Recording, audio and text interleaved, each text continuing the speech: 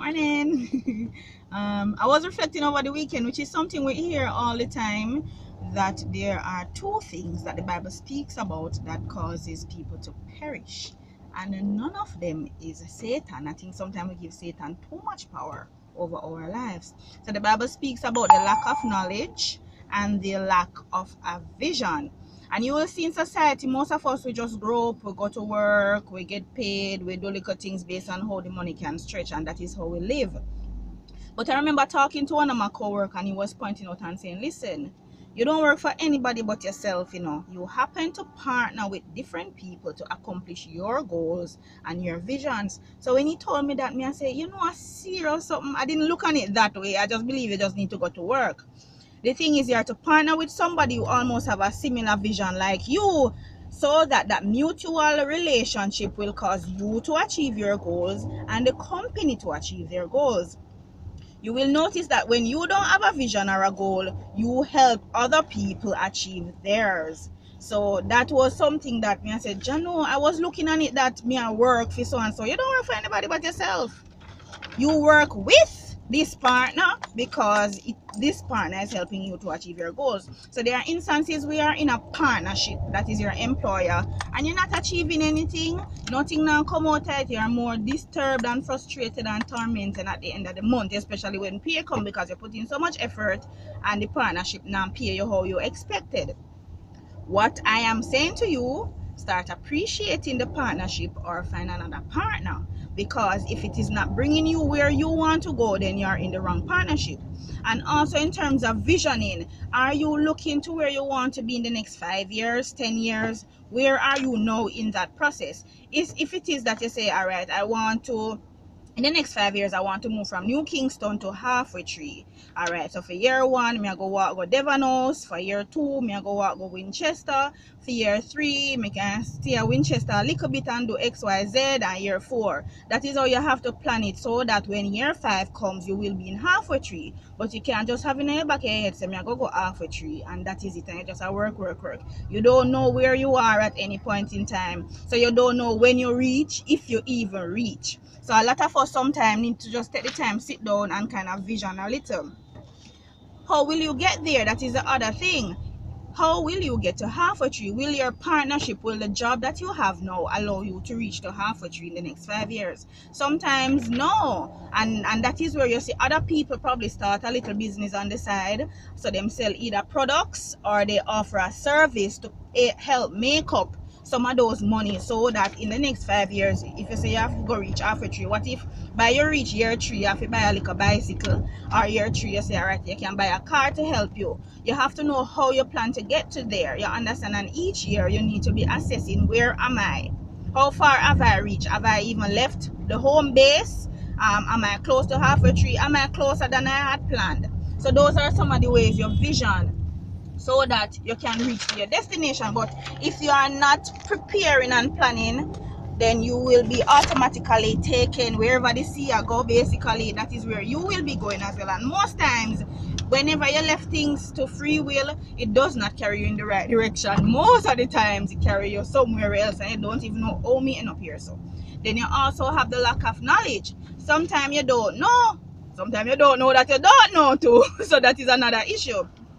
So what I do whenever I'm around people who is more knowledgeable than I am, me stop talking now. Me take out my book and me start write. So I make myself as a sponge and just absorbing everything that the person is saying to me, because you know that most of what you hear, you only retain probably about 15% of it. So there are times when you're gonna be getting a lot of information, man, and you need to be writing it down, so that in the future you can look back and say, oh yes, he be talked to that, me never remember. Oh yes, he mentioned about this. Oh yes, all right.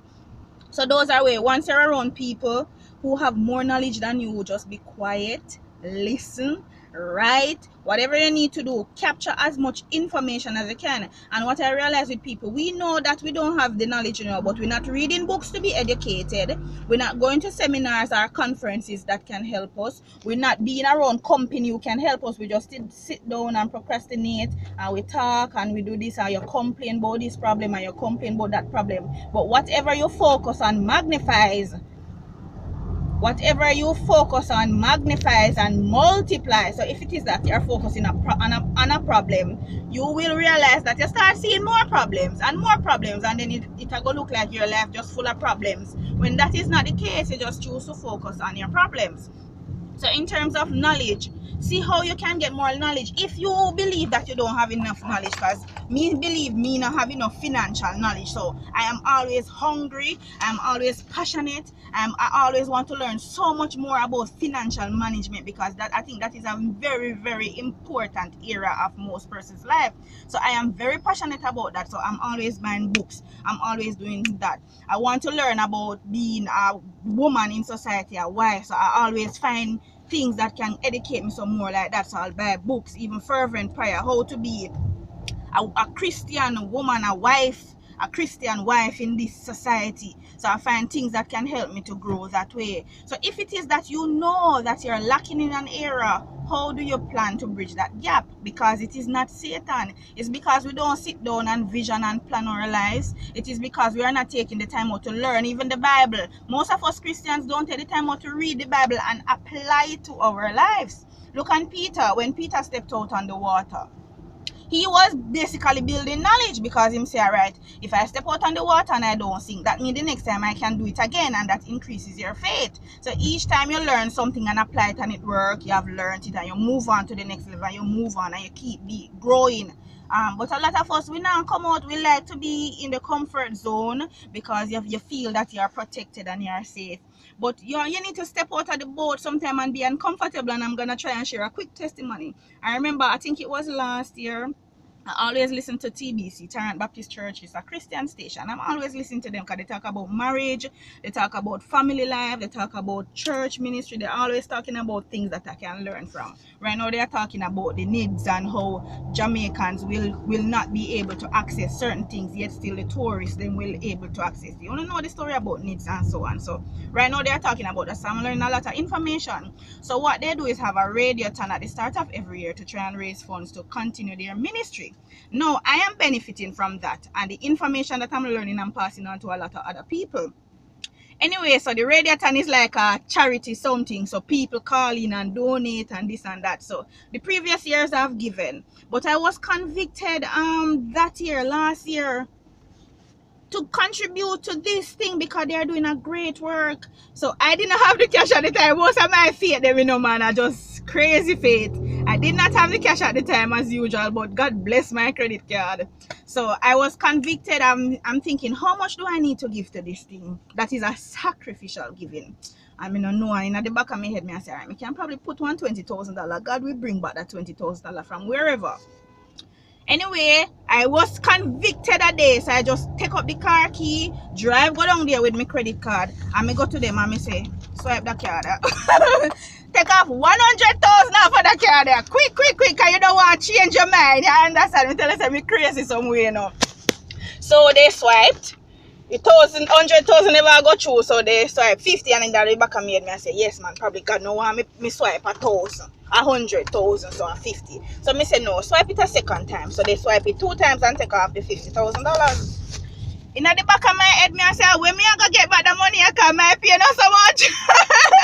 So when I did that and go back to work, me feel a little stressed out, and I said, no man, me no know, me kind of afraid. I couldn't even tell my husband at the time, because he must run me out of the house. The woman is a mad woman, you understand? So I told nobody. So I said, God, I am coming out of my boat. I am coming in troubled water.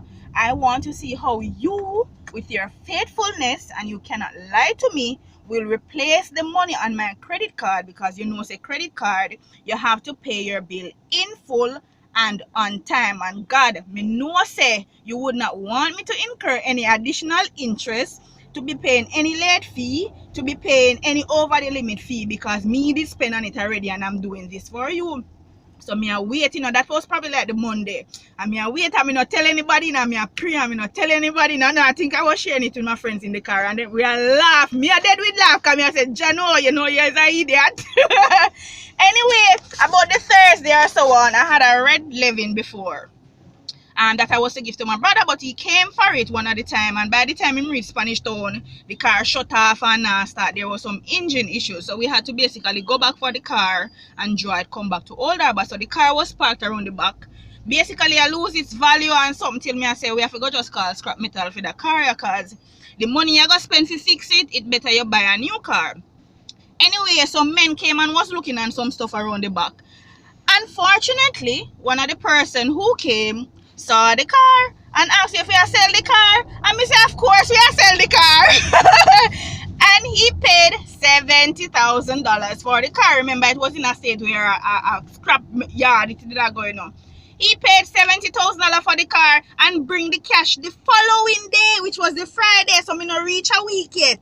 You understand? And me say, look at God. This was something me never consider. Me never know where the money I come from. But I trust God and have faith that He will provide. And Him now go make me suffer and beg bread and make me have to go use all of me pay back this a credit card and still short.